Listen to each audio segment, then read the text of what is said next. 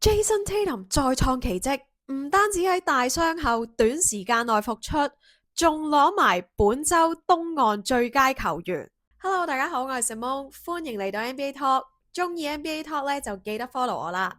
經過大手術同埋多個月嘅康復，終於佢喺3月初對戰達拉斯嘅比賽上面復出，而喺啱啱過去嘅第23周常規賽賽程。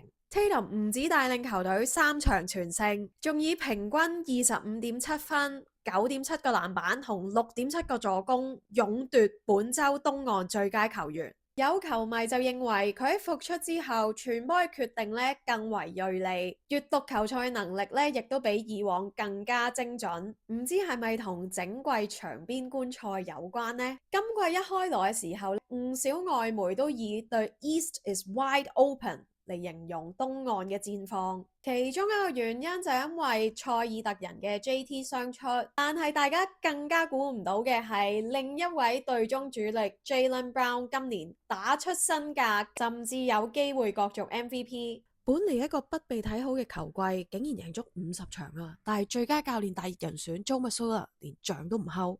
留言話我知，你又覺得雙 J 組合可唔可以帶領波士頓再度喺東岸封王呢？中意 NBA Talk 就記得 follow 我啦。